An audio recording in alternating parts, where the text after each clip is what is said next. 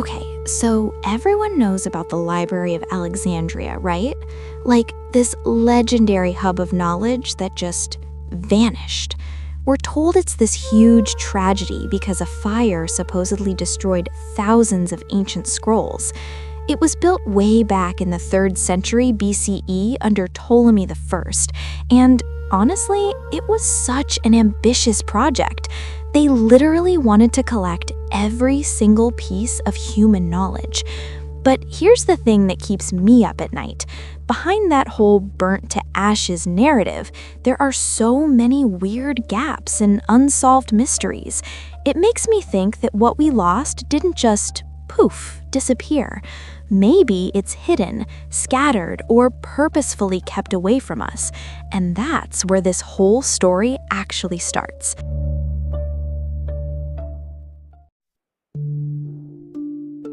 Alexandria was the literal crown jewel of the ancient world.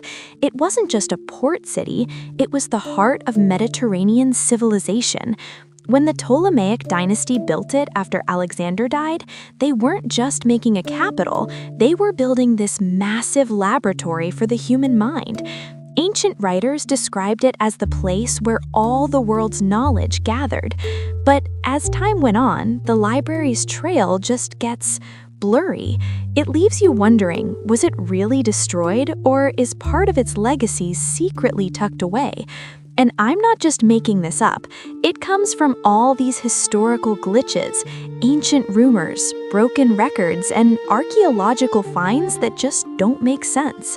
In its prime, it wasn't just one building, it was this huge complex connected to the Museum of Alexandria, where scientists lived, debated, and literally mapped the stars or calculated the Earth's circumference. They even had this monumental thing called the Pinakes, made by Callimachus. It was the master catalog, thousands of papyrus scrolls, all organized. But get this, the Pinakes itself vanished. Only a few tiny fragments are left. If the library burned down, why would the catalog, the literal foundation, be erased too? Some historians think the Pinakes was hidden because it knew too much, like it had sensitive info on which scrolls existed and where they might have been moved before the chaos. And it gets messier. Alexandria wasn't just one structure. You had the main library in the Brucheium, a secondary one in the Serapeum, and even a harbor library for scrolls taken from foreign ships. But there's one more, Cleopatra's private library. It's barely in the official history books, but ancient records hint that Cleopatra VII had her own personal collection of thousands of rare scrolls. This popped up right when the main library started facing political and military drama. Modern historians think her library wasn't just for reading, it was a parallel vault to protect the good stuff from being destroyed. And guess what? Cleopatra's library was never found. It's just gone. In the beginning, Alexandria was like a magnet for geniuses from Greece, Egypt, Persia, India, everywhere. Inside those marble rooms, they were constantly copying and translating texts. They had this whole culture of saving knowledge. This is why people think the library never truly died. Some ancient writers even mention underground chambers, this layered structure beneath the main complex for the really sensitive stuff. Dangerous science, political doctrines, royal secrets. We still haven't found it because modern Alexandria is literally built on top of it. The mystery gets even deeper when you look at how it supposedly ended. No one can agree on when it happened. Some blame Julius Caesar for burning ships that accidentally set the warehouses on fire. But then, other records say the library was still standing hundreds of years after Caesar. Some blame Aurelian's attack on Queen Zenobia, but others say the scrolls were moved to the Serapeum way before that. Then you have the Christian-pagan conflicts under Theodosius, but even then, whispers say the scrolls were moved again before the fighting started. Even when Islam reached Egypt, some much later writers blamed the caliph, but that's been proven to be a total myth from people who weren't even there. all these inconsistencies, they point to one thing. The library didn't just die in one fire. It was fragmented, moved, saved, hidden. There are even these secret routes mentioned in ancient sources, escape paths for scrolls heading into the eastern deserts and Sinai. Some old monasteries on these routes, like St. Catherine's, have these ancient manuscripts that have never been fully opened to the public. And honestly, some fragments found there look exactly like the stuff from Alexandria. It's too weird to be a coincidence. And here's the craziest part. Back then, papyrus was expensive. When things got chaotic, people used old papyrus to wrap mummies. In the 20th century, archaeologists found mummies wrapped in ancient Greek academic texts, drama, astronomy, philosophy. Why would high-level academic scrolls be used as trash wrapping? Well, there's a theory that it was a disguise, a way to smuggle the most important knowledge out of the city as mummy wrap. It sounds like a movie plot, but the evidence is literally right there. Even a medieval scholar named Abu Ishaq al-Tortusi described Alexandria as having these old vaults that only certain rulers could open. Most historians ignore him, but he was hinting that centuries after the library was lost, there were still hidden rooms. He didn't say where, but it leaves so much room for speculation. Some even believe the library held the Hermetic texts, this collection of mystical teachings, alchemy, and cosmology that was considered dangerous because the ideas were just too far ahead of their time. It's like the world wasn't ready for what Alexandria knew, and maybe, just maybe, it's all still out there, waiting. So the whole Hermetic tradition eventually spread to Alexandria, Byzantium, and the Islamic world, but its origins? Totally blurry. There's this theory that the more radical Hermetic works actually came from the library's secret collections and were purposefully hidden by certain groups when the city started spiraling into conflict. The Hermetic texts we have today are just fragments. It's like someone literally ripped pages out of history. I mean, it's so weird that a place as huge as Alexandria wouldn't leave behind a complete record, especially since it was the literal heart of esoteric thought back then. The more you look into it, the more you realize we aren't just looking at a library fire. We're looking at this messy, multi-layered chain of events that shattered the library into pieces. Maybe some parts burned, sure, but so many historical clues suggest that other parts were moved, hidden, or snatched up by groups with their own agendas. You had scientists trying to rescue texts from angry mobs, nobles stashing scrolls in their private estates, and monasteries taking scrolls for spiritual protection. And then there's the possibility that secret esoteric groups purposefully hid dangerous knowledge just to keep their grip on power. And Alexandria itself, it's still gatekeeping its secrets. When divers found Cleopatra's sunken palace in the 90s, they reported these massive stone structures that looked like sealed rooms. But the Egyptian government closed off parts of the site for security reasons, and the full reports never went public. There's this huge rumor among academics that those rooms might be ancient document vaults.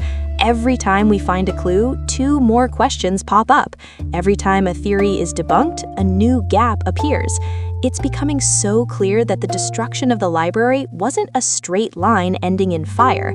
It's a complex web of hiding, moving, and fighting over knowledge.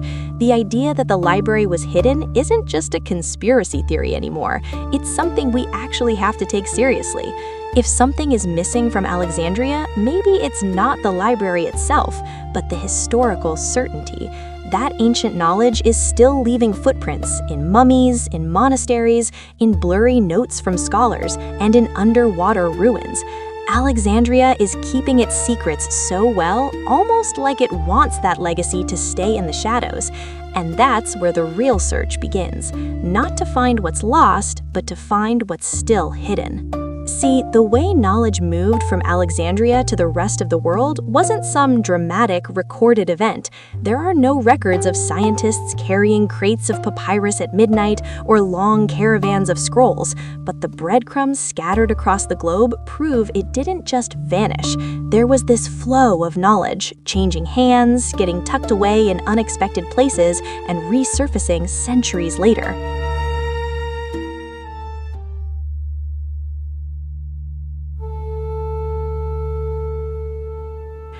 From the start, Alexandria was tight with other hubs like Pergamum, Antioch, and Rhodes.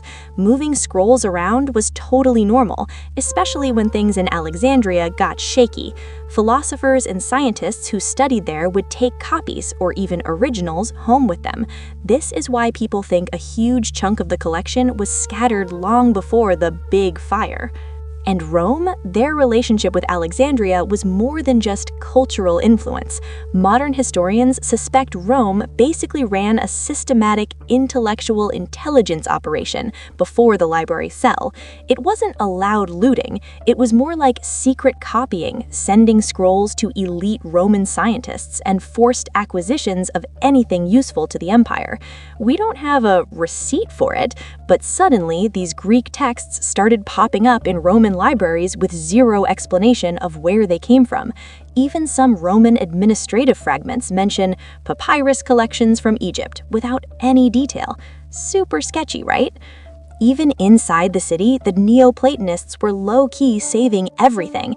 They were the super private community that kept philosophy archives in personal vaults. Hypatia, literally one of the most famous Neoplatonists, lived right when the city was a political powder keg. Many researchers believe her students and colleagues stashed copies of major works, especially math, astronomy, and philosophy.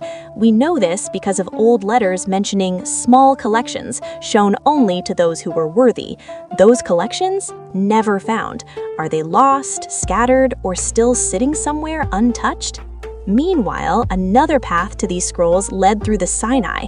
When conflict hit, early Christian groups and monks fled the city with their most prized possessions, liturgy, artifacts, and yes, ancient documents. It was a spiritual duty for them to protect manuscripts. St. Catherine's Monastery, one of the oldest in the world, is always linked to this. Their massive collection has Greek, Coptic, and Syriac texts with totally mysterious origins.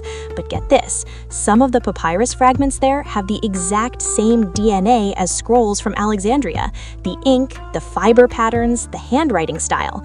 It's a huge hint that they're a branch of Alexandria's intellectual tree. And outside of religion, the ancient black market played a part too. Alexandria's port was the busiest in the Mediterranean. Traders were constantly buying and selling papyrus. While most of it was legal, there was this underground network selling rare texts to nobles and private collectors. It's no surprise that scrolls eventually showed up as far away as Asia Minor or North Africa. It gets complicated because those old-school collectors didn't care about provenance or history. To them, the prestige of owning the scroll was everything. They didn't leave a paper trail, they just left us with a mystery.